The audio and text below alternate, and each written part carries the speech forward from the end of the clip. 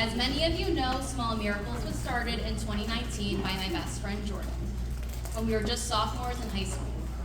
Today, Small Miracles is a thriving 501c3 nonprofit with a mission to bring gifts and special experiences to pediatric oncology patients. In the almost 6 years since Small Miracles began on Giving Tuesday, we have donated a minimum of 500 treatment bags each Christmas, upwards of 100 iPads to patients going through treatment, and other gifts and experiences along the way. This organization does incredibly meaningful work, but none of it would be possible without the generosity of everyone who is with us tonight.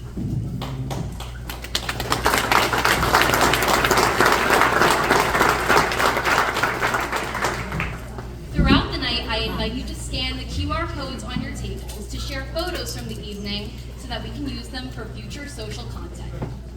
I also invite you to post on your own social media with pictures from our event using hashtag #AllInForSmallMiracles, and to follow us on our social media pages. The hashtag and social media profiles are located on the QR sheet as well.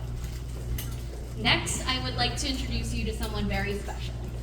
She is the leader of our board, and she works tirelessly to ensure the success of our events and projects. This night would not have been possible without her incredible dedication and countless hours spent planning this event. Please give a warm welcome to the president of the Small Miracles Board, Sue Small.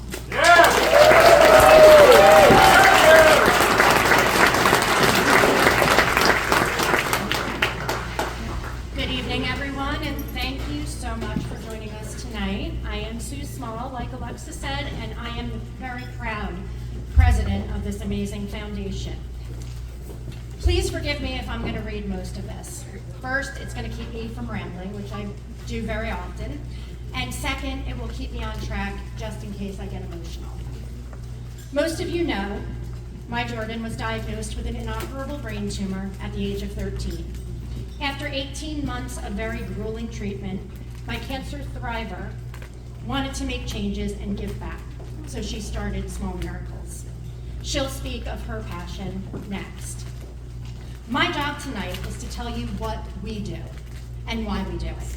And I'm going to do it by simply telling a story, one for which we have permission to share. A little over a year ago, I received a message from a friend that I grew up with.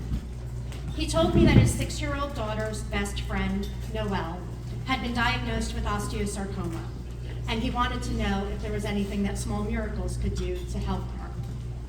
I immediately got back in touch with him, and he connected me with Noelle's mom. They live in North Carolina. I called Jordan at school, and we spoke with Noelle's mom about Noelle's favorite colors, things that she liked to do, things special to Noelle. We quickly sent out an iPad to her and some other special things that she would like, along with a personalized letter from Jordan.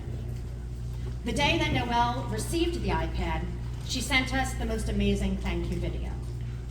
This 6-year-old had to be the spunkiest little girl that I had ever seen, and incredibly smart. I started following her page, as I do often with all the people that we give back to, and looked forward to her Get Ready With Me videos. Yes, she did them at 6 years old, and she posted them daily. Some of the things she did just simply made me laugh. Noelle's osteosarcoma eventually led to her needing to have her leg amputated, with a future lung surgery required as well. 2 weeks after her leg surgery, this little one was flipping around on her walker, calling herself the most beautiful flamingo. Lately, I've been feeling my age. After a semi-unsuccessful neck surgery that I had, it had been difficult for me to get up and do some of the things that I had normally done. But then I'd watch Noelle doing things on one leg and I'd say, what am I complaining about? Noelle, like my Jordan, was granted a Make-A-Wish trip.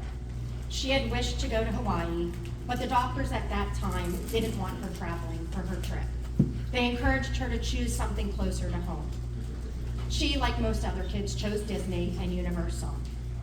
For the most part, Noelle had a great time, but due to some of Disney's and Universal's rules, she was unable to ride some of the rides because she only had one leg. When she returned, she went in for her lung surgery.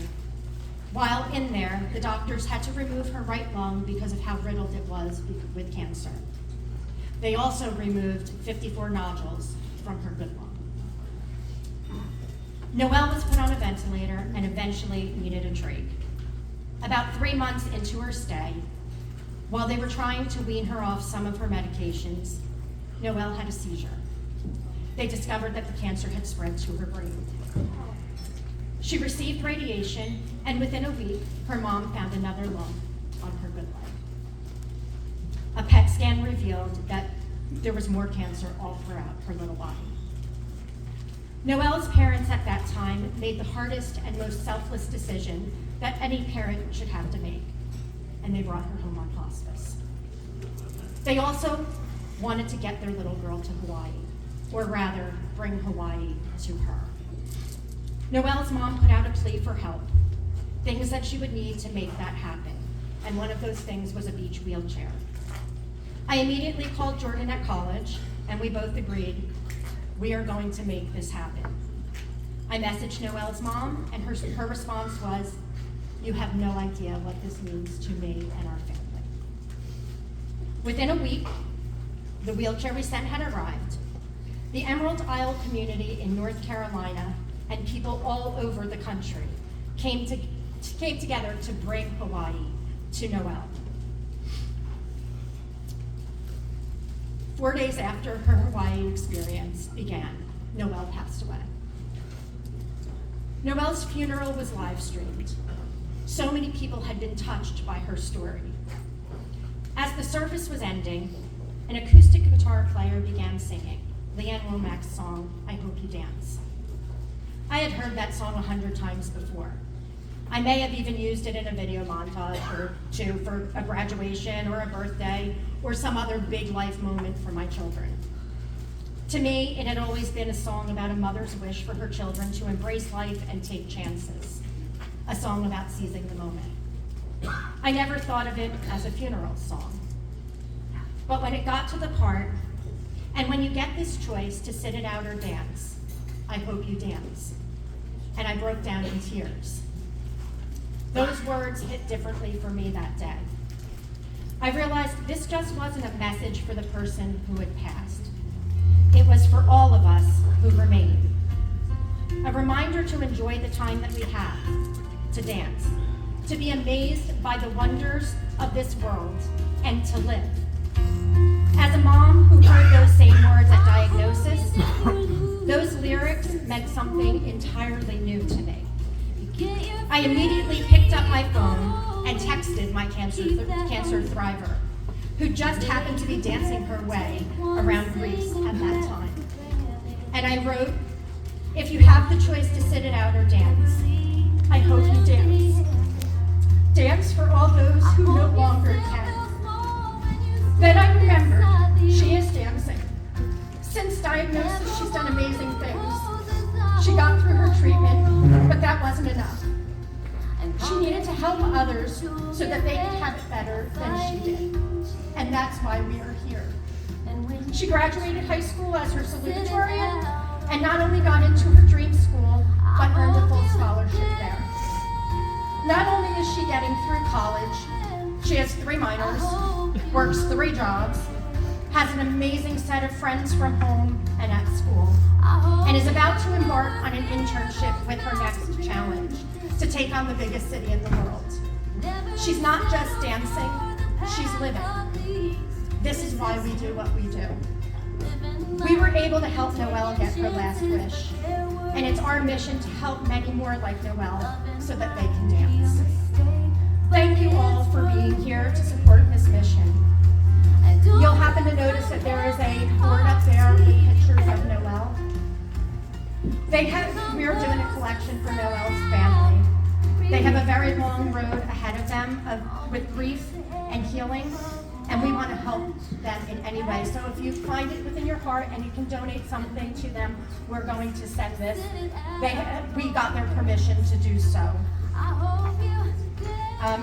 And now, the reason we are all here, our founder of Small Miracles, the one who never takes one single day for granted, someone who inspires me every day, my daughter, Jordan.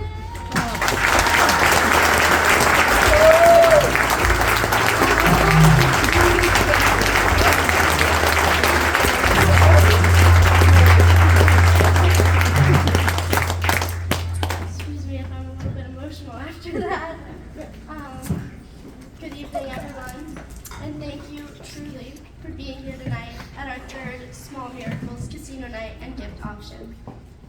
For those of you I haven't had the chance to meet yet, I'm Jordan, and I have the incredible honor of being the founder and CEO of Small Miracles. This night, this mission, it means everything to me. As a teenager, I was diagnosed with brain cancer. And during those long, difficult months of treatment, something inside of me shifted. I knew, even then, that one day I wanted to give back. Not just to say thank you, but to make things better for the children who would come after me. The idea for Small Miracles was born during one of my own hospital visits at the Children's Hospital in Philadelphia. I was there for chemotherapy, and I remember looking around and realizing that kids like me, teenagers, were being overlooked. The resources, the toys, the shows, they were designed for much younger children. And while I appreciated every gesture, I knew we could do more. We could do better. 1 year after finishing treatment, my family and I made the decision together that I was ready.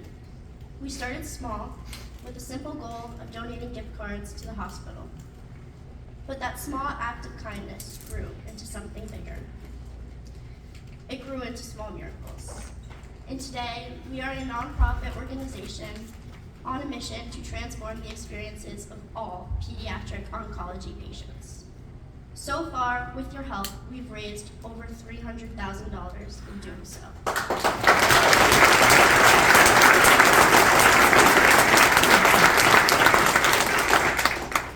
That's money that's gone directly into treatment bags, into iPads, into special experiences that bring light into some of the darkest days.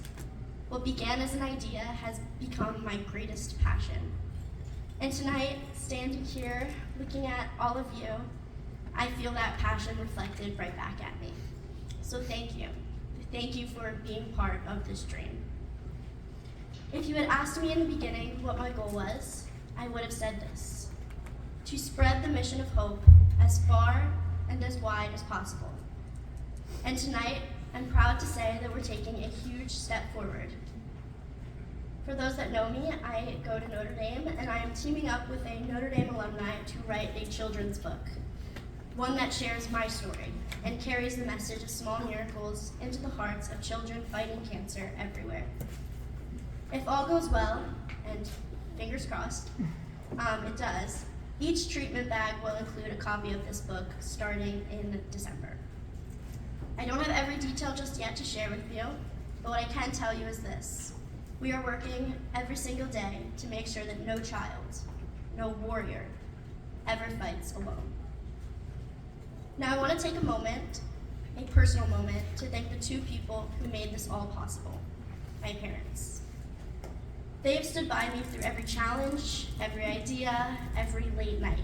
They helped me launch Small Miracles, and they keep it running while I'm away at school. They know what I want to build, and they work tirelessly to protect that vision, even when I'm crying over a paper or likely stressing about an exam. Mom, Dad, I love you, and I am endlessly grateful.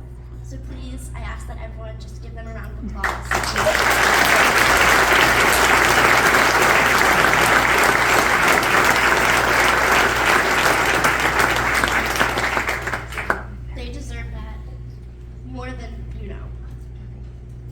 Finally, I want to acknowledge something that I've learned on this very long journey. The nonprofit world can be competitive. It's easy to feel like there's only so much space and only so many resources.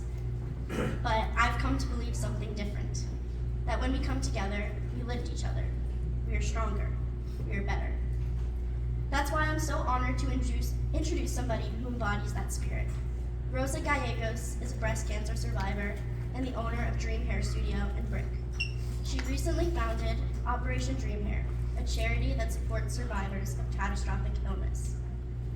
Rosa is a dear friend of one of our board members, and she's here tonight to share her story and tell us more about her incredible work. We also have a table set up if you would like to make a donation to Operation Dream Hair. There's a barcode, or you can place donations in the mason jar. So please welcome Rosa to the stage, and thank you from the bottom of my heart for being here tonight.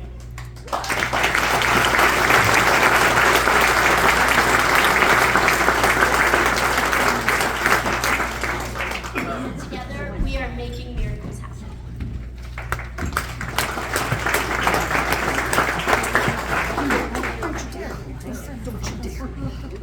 Gosh, I am so thankful to be here. Thank you so much for inviting me here tonight. I'm truly honored.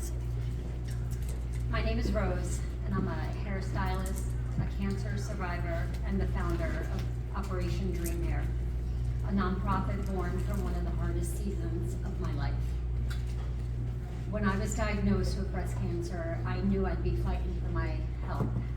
But what I didn't expect was how much I'd be fighting for my identity too. As a hairstylist, hair has always been a part of my art, my expression. But suddenly it became a symbol of everything I stood to lose.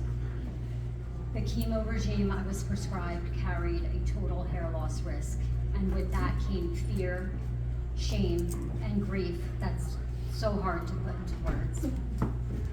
Thankfully, I was able to access cold capping, a technology that saved most of my hair. But even with that, the emotional impact of hair loss, or even the threat of it, was so overwhelming. I quickly realized that not everyone is as lucky. Not every person has the knowledge, the access, or the financial ability to preserve her hair during treatment. And when the shedding starts, so does the heartbreak. It's not vanity, it's identity. Hair loss can steal your confidence, your femininity, your sense of normal. Survivors are often left to pick up pieces alone after chemo ends. That's why I started Operation Dream Hair. Our mission is to offer non-surgical hair replacement for chemo survivors completely free of charge, to allow women to pick up where they left off pre-diagnosis. Because the truth is, healing isn't just medical, it's emotional, spiritual, and deeply personal. Tonight, I'm not here to just tell my story, I'm here to invite you into it. Your support, your generosity make it possible for us to restore dignity, self-esteem, and joy to women that are trying to feel whole again. Your dollars go directly to creating transformations that go far beyond the surface. I believe with all my heart that hair is hope, and with your help, we can give that hope to every woman who needs it. Thank you for believing in this mission and for helping us turn pain into purpose.